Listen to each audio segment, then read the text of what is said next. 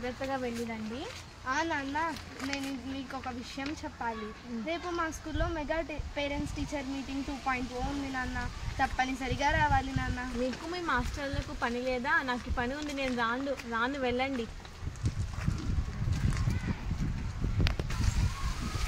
అదేంటండి అలా అంటారు? మరి ఏమనాలి? మన మంచి ప్రభుత్వం మన పిల్లల కోసం ఎంతో చేస్తుంది కదా.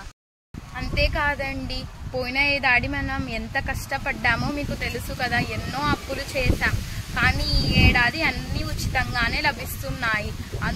అందులో మన తల్లికి వందనం అనే పథకం కింద మన పిల్లలకు చెరో 13,000 అందిస్తున్నారు.